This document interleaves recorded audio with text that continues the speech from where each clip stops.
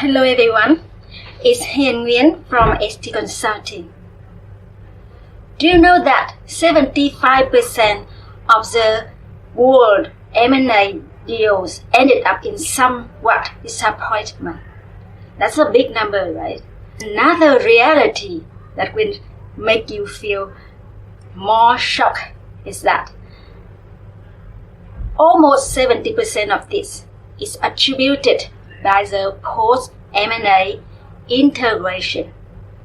That is a very big number. And when you do the M&A in the emerging countries like Vietnam, this situation gets worse. I'm going to share with you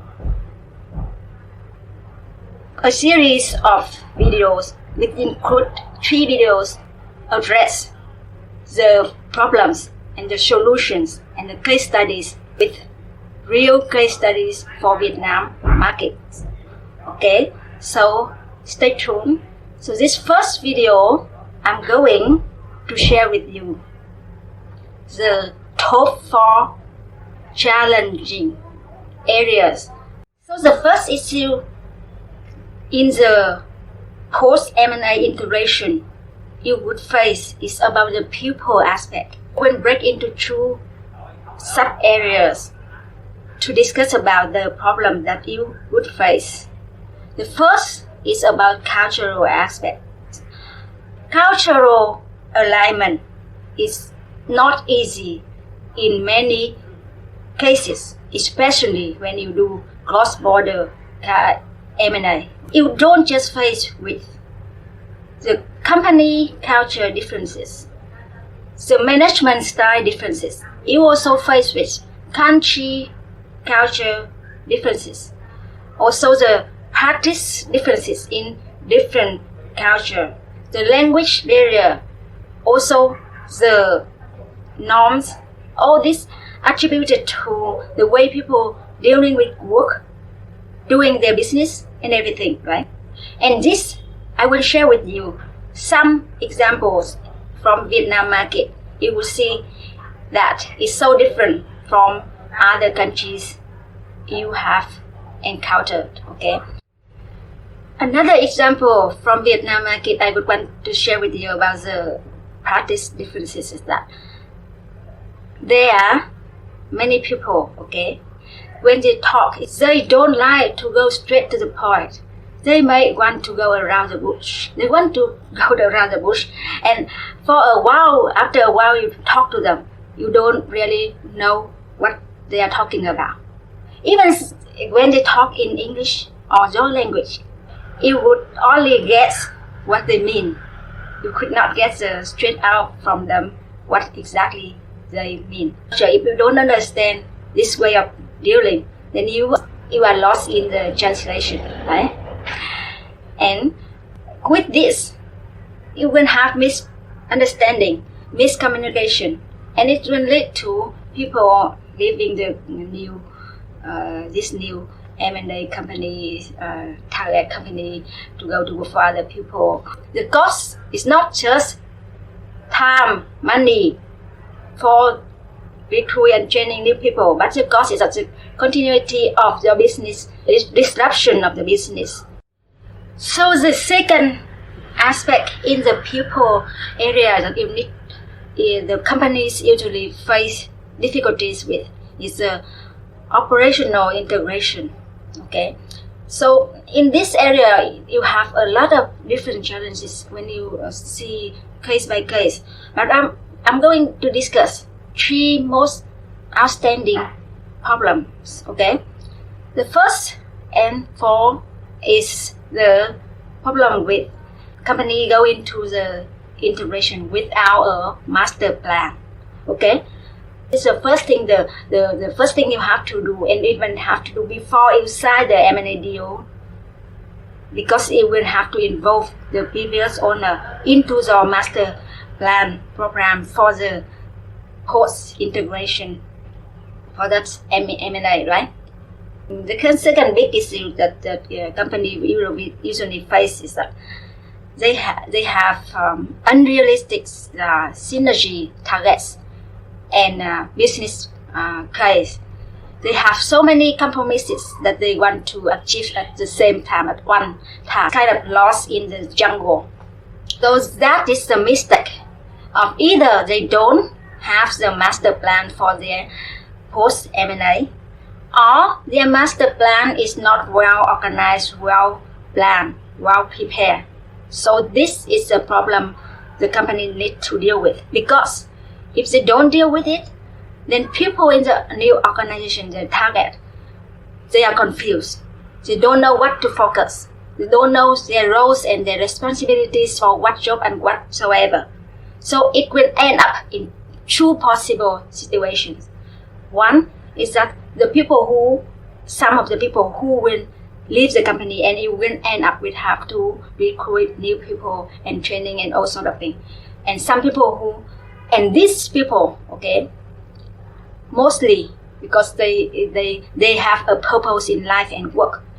And these people usually are the people who have work productivity in a higher level than other people who don't have the purpose in work and create roles and responsibilities. And it will lead to disruption in the operation, disruption in the business.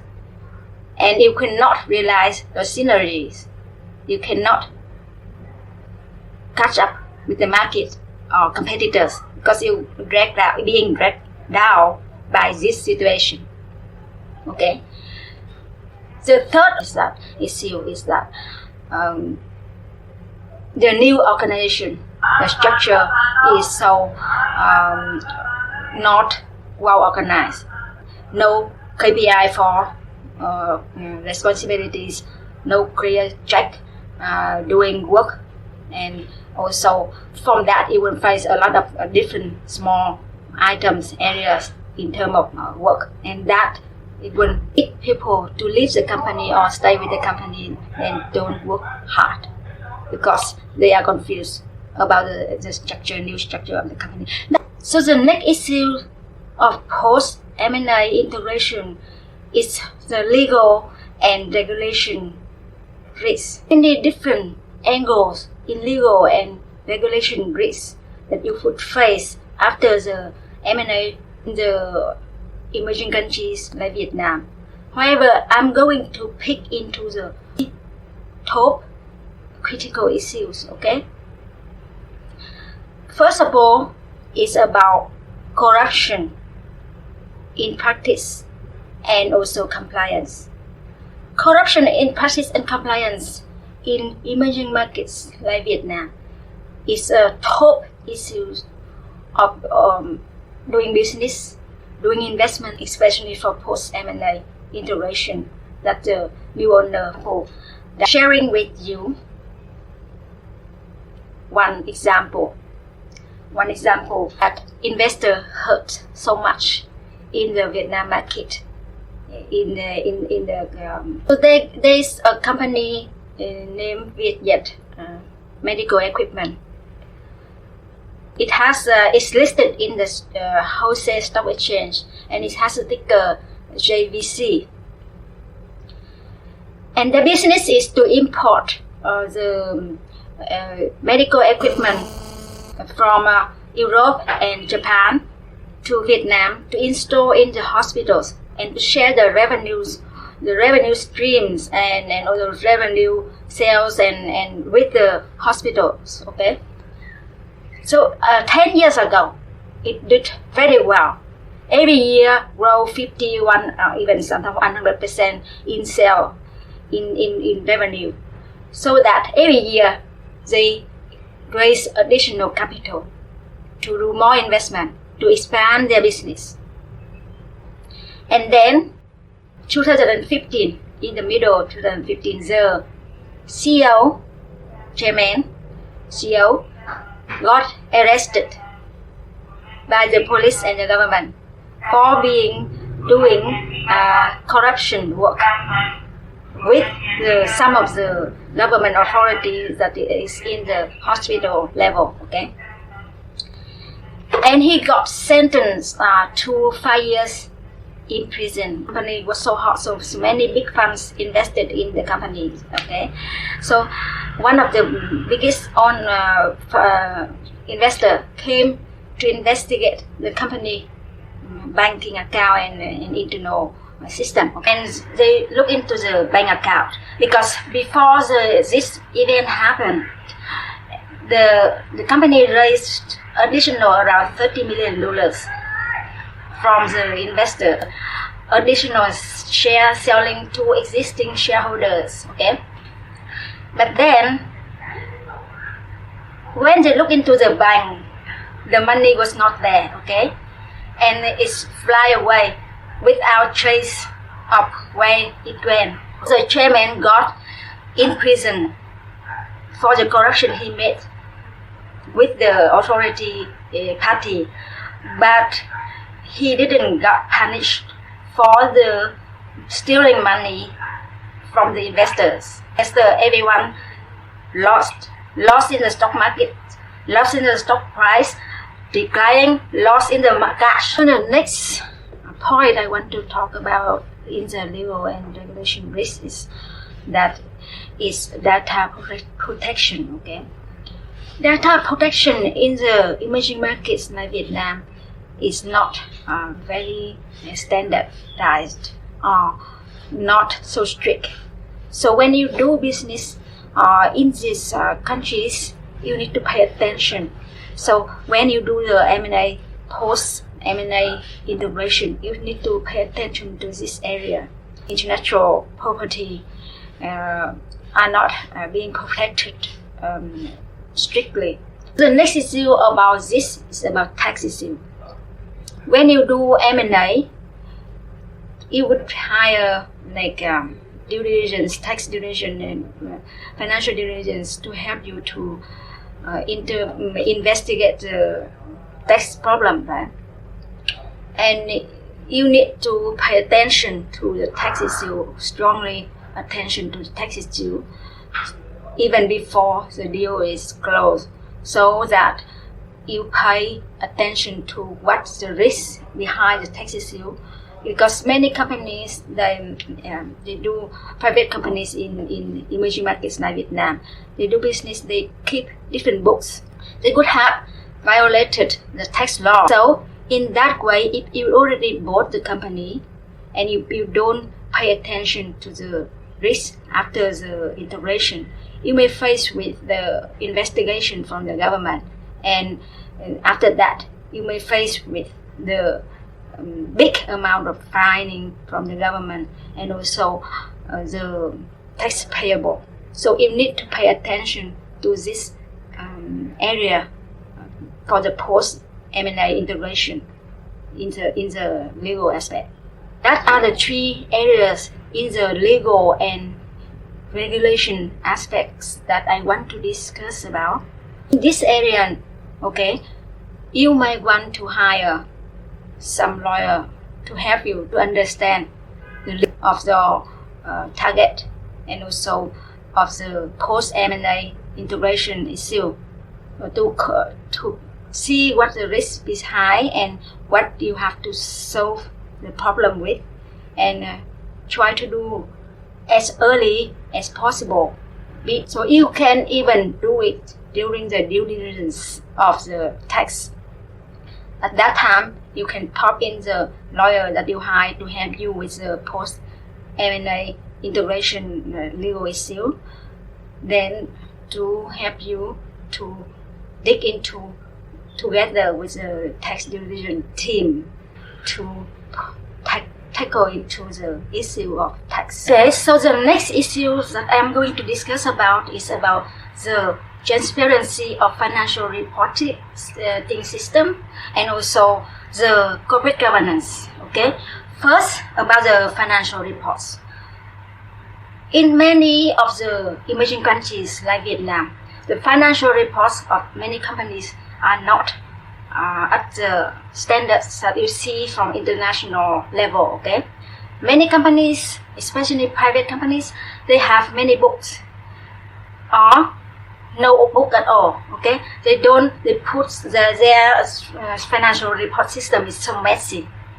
Of course, when you do the M&A deals, you will hire an advisor to come in to do the financial due diligence for you, okay? And then help you to do the consolidation of the numbers so that you can get a fair value to pay the owners for to buy the companies or to invest in the company as a majority investor, right? However, what you face is that after the M&A deals is closed, you would face with the messy system. So if that system is messy and the business going on continue, okay, then if you don't have a well plan to fix this type of system, then later on you will face a lot of problems with that, right? So when you do the master plan for the post M&A integration, you need to pay attention special to this area, okay? So the next problem I'm going to discuss about is about corporate governance.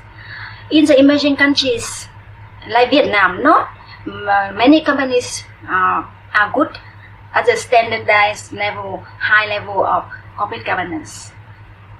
Sometimes they don't have a good and well structure in the company at all, okay? And even sometimes they have, from looking from outside, you find that the company has a good company structure, corporate structure, right? But then in reality it's not. The responsibilities or the power, the decision making is in the hand of the one or few people. And if anything happened to this one or few people, then the company just sent straight to the depression. I'm going to tell you a story, a real story from Vietnam market, from the top construction company, okay? There's a company named Cotecons, and it is listed on the wholesale stock exchange market in Vietnam, and it's the top players among the construction company. During the Great Recession time, 2028, it didn't face any problem like other big construction company face, with big receivable could not collect, big debt, and this company managed very well in that. So it was from middle level of players up to top players, okay? Because they continue to take more projects that other big players could not take, and then they also continue to take over the market share from that. So they got the reputation for that. Many investors, especially international fund management company or industrial players, look into this company because of the well management, right? So there was, and also many investors also invested in the company. So there was one company from Singapore that bought around 33% of the company and became the strategic partner for this company. So this went in and sit into the board of directors and also work with the company throughout the time. So they were happy for around 8 years together. And in around 2019 and 20, they got conflicts. Two sides got conflicts. So in the middle of 2020, the CEO and chairman got kicked out of the problem is this. After the chairman and the CEO were elected out, okay, the company went crashed into the depression, okay.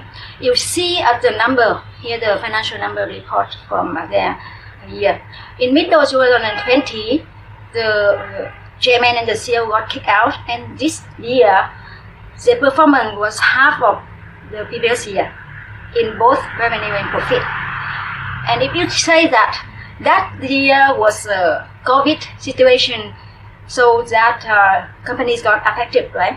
But in that phase of COVID, Vietnam didn't got affected that much, and it only got a very 1 or 2 weeks shutdown or something. So even if that year the company performs no growth compared to previous year, then the profit and revenue should be same as previous year, right? So, and also However, the revenue and profit is half, and then you see that it went straight to the depression, right? And the evidence show even stronger when you look at the number in 2021 and 2022.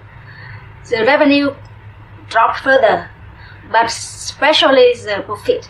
They went from more than 700 billion Vietnam dong to around 20 billion Vietnam dong for the last 2 years. So it's like no more business at all for the company, and or they do some business that didn't realize in any profit. Okay, so what does that mean? That means that you see the company, like with the 8 years of working together with the strategic partner, right? So they should have a stricter, well-structured corporate company looking from the outside. However, in reality, the decision and the revenue driver reason was from just a few people, the CEO and the chairman and the CEO. So when something happened to them, then the company just went crashed. You see, when you analyze the company, you should look deep into, especially if you are going to do M&A or big investment into the company. So you should consider the risk and consider all accounts, all the risks and possibility risks, measurement and everything. So in later video, the next video, I will talk and share with you more about my advices on what to do and how to prepare to prevent this kind of risk. Yeah. Okay, so the next point I want to discuss about is the transitional strategy of the IT infrastructure and the other technology systems. You know that in the emerging markets like Vietnam, many companies don't pay attention enough to the up-to-date IT system and their technology systems. They use outdated technology system. In Vietnam market, even some of the big and mid companies, and even the top players, some sector, when I work with, they don't really pay very much attention to this. I give you an example. I met and work a little bit with one company that is the consumer section. Okay, they are among the top players in this sector, and their revenue was around almost $200 million, and then their profit margin was very high, like 14, 15, 20% net profit margin. It's like cash cow company. And the owner saw that many companies install the CIM program, so he also installed that into the company. They installed that CIM. That CIM was sitting there for a couple of years that I met him already. And it's like a waste of money because of few reasons. First reason is that there was no real enforcement to use that program. So the employees are not put to have to use that program. So they opted to use their traditional ways. Before you can get used to the CIM, you have to use both systems. So the CIM system stabilized, then you can cut out the old way, right? So that is double work. And if it's not forced and if you're not a must to do it, then the employees just opted out, right?